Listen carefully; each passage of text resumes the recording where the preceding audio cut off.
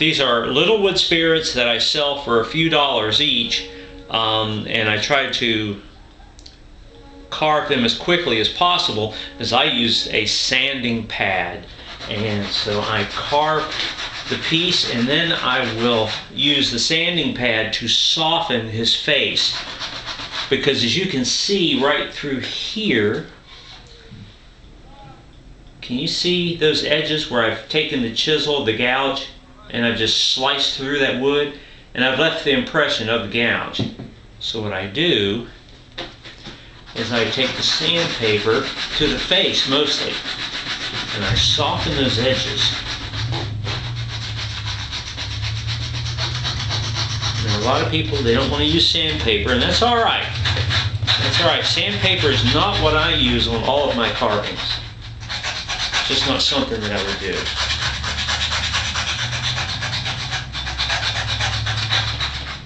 But on these little guys, and this soft wood here, I will use sandpaper, but mostly just to soften the edge of the face, especially the part where it goes from one facial feature to another, like from the bag of his eye to the cheek.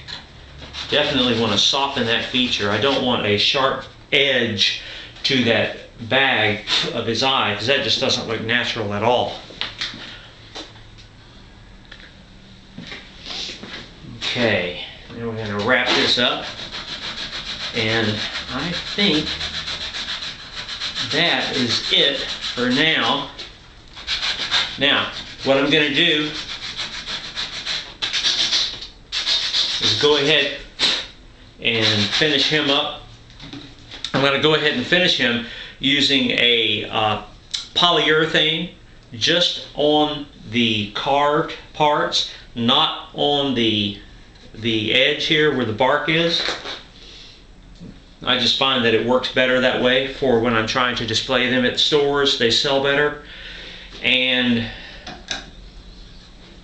so let me go ahead and create the polyurethane. I use 3 parts polyurethane and 1 part paint thinner, and that tends to give them a nice finish. And I go for a satin finish on these rather than a high gloss. Now, some of them I have used high gloss on, but not all of them, and I don't think I'll use a high gloss on this guy today. I think I'll use a satin finish, and it sells real well. And then I'll show you the piece when I'm done. Okay, so I'm going to shut off the video, and I'll be right back. Okay, now I've taken the piece and I have varnished it, or put the polyurethane on it, I should say. And this is it. See, he's got a real tall head of hair. Big toothy grin. Look at that. Yeah, baby. Okay, he's got the bags under the eyes. It looks pretty appropriate for the kind of wood carving we're trying to do. You can see I messed up a little bit on the staining. Now these will turn, because it's a very soft wood, they will turn dark when you carve them. I have another one here. Let me show you. I have another one that I've been working on. Now see, this has not been stained or polyurethane yet, and he's the same kind of guy. I carve them all pretty much the same compared to how they come out when the polyurethane is on. Lots darker, and that's good in a lot of ways. It makes it look like a more quality piece of wood. It's got a dark, rich color like a mahogany, and it brings out some of the highlights a lot better, because the shadows and the lines that separate the different portions of the face can look a lot more exaggerated, and you get that definition a lot better.